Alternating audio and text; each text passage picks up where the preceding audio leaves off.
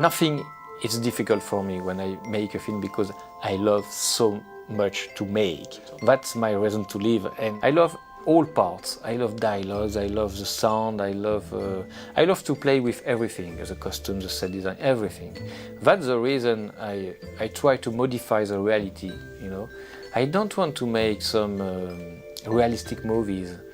It could be boring for me. Amelie is an happy story, and the story affects a lot the visual. And so Jean-Pierre wanted to have a bright look, you know, with a lot of saturated colors. Even if it's dark, it has to be shiny in a certain way, you know, and with all those colors.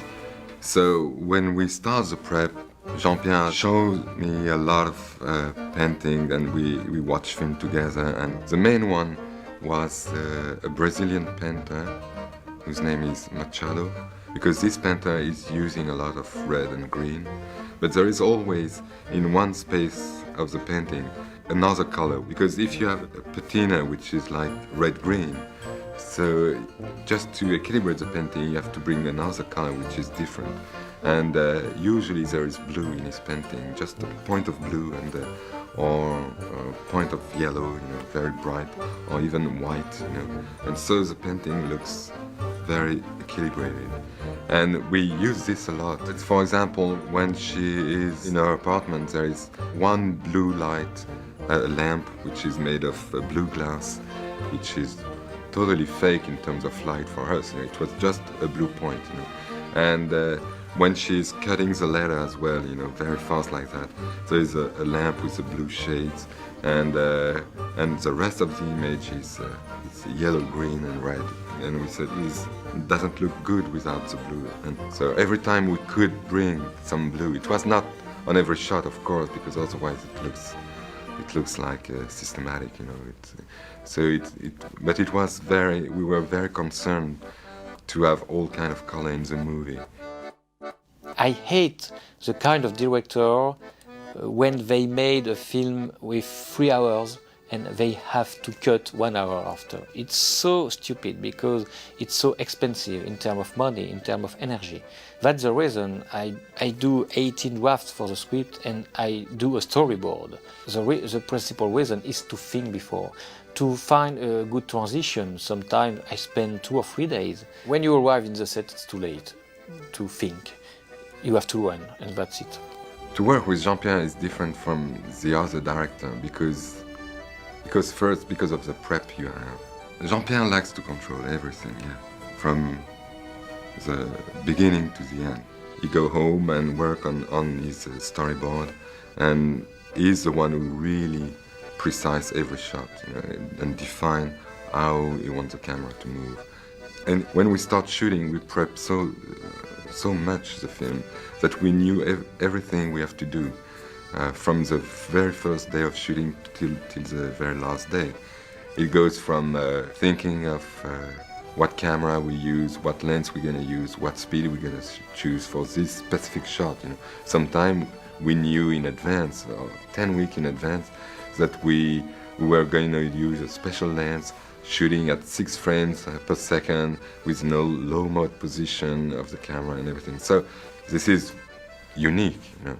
It was a kind of concept to put one idea per shot.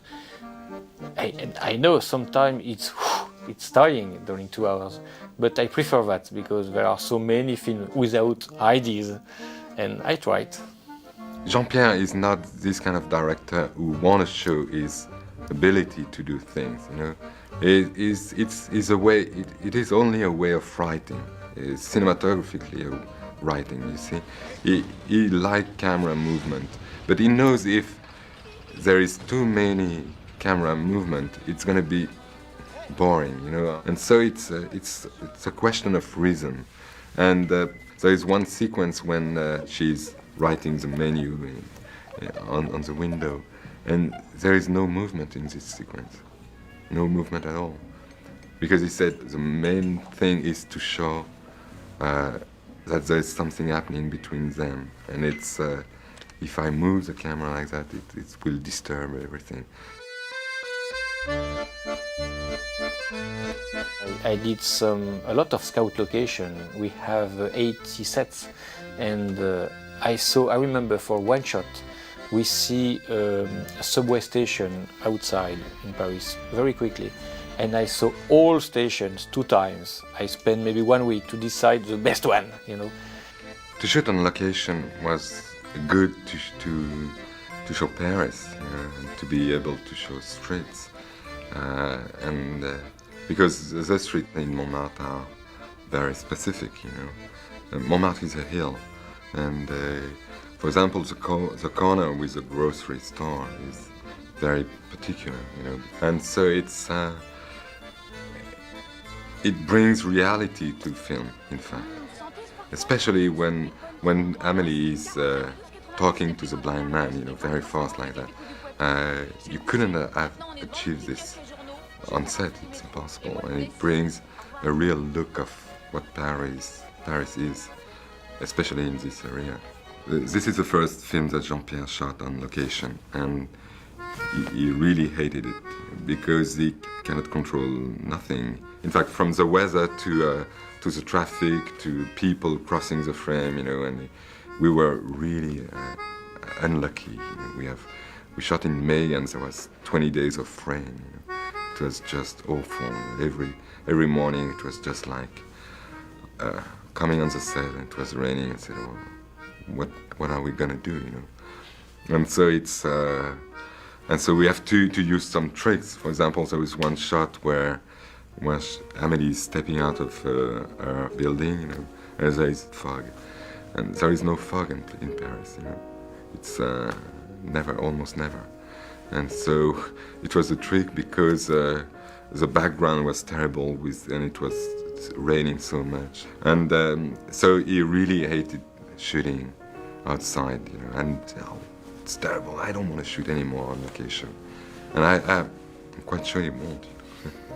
In the video monitor, there was quite amazing because the picture, it was good looking from the very beginning. And it was amazingly beautiful. Even from the raw material was beautiful, and you could feel that you were doing something really special.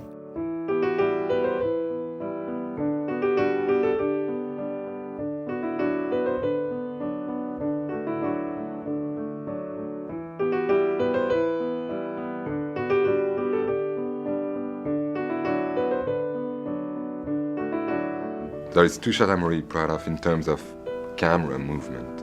The first one is when she's throwing stone, you know, in the canal, and this one I was really happy about it because it's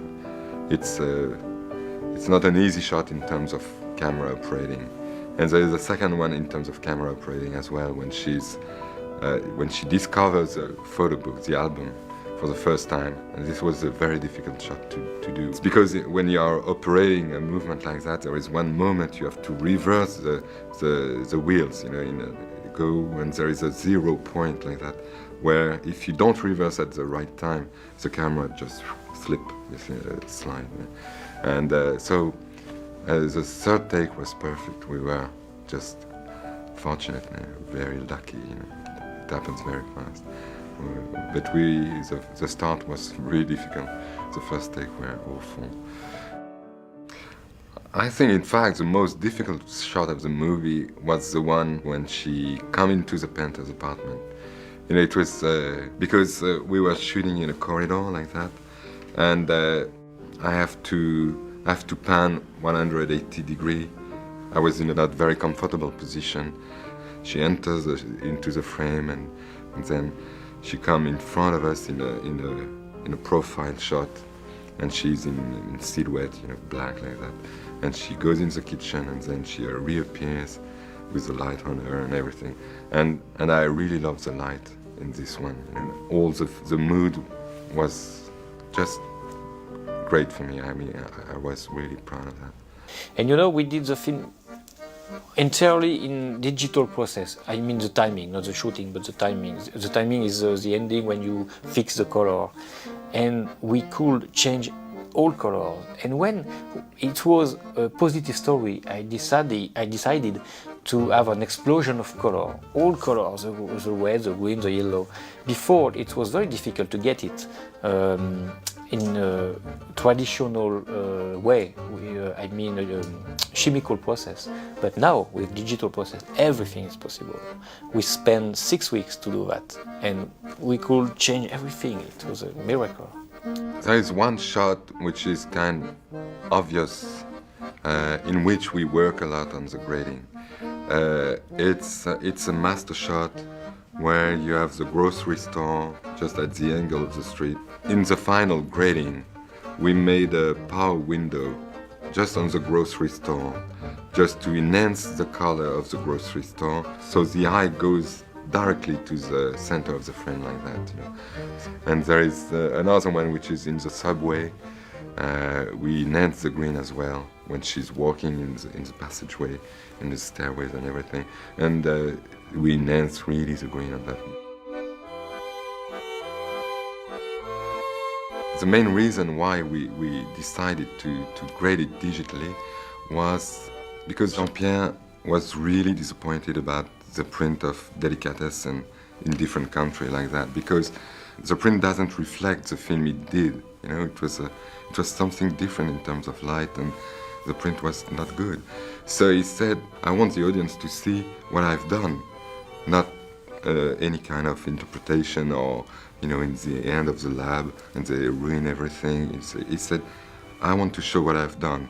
And so it means we try so hard to have a big quality during the shooting, during the prep, you know, and it's very important for us. And he does control everything like that, from furniture to even a tie or a prop on a set, you know. And he wants everything to be perfect, you know, in the direction of the movie, you see. And to check the print and to check the theater is part of it. It's just respect for the audience and to be proud to show something that we've done. And if you pay, I don't know, $8 or 50 francs to go to movie theater, you have to see something which is beautiful.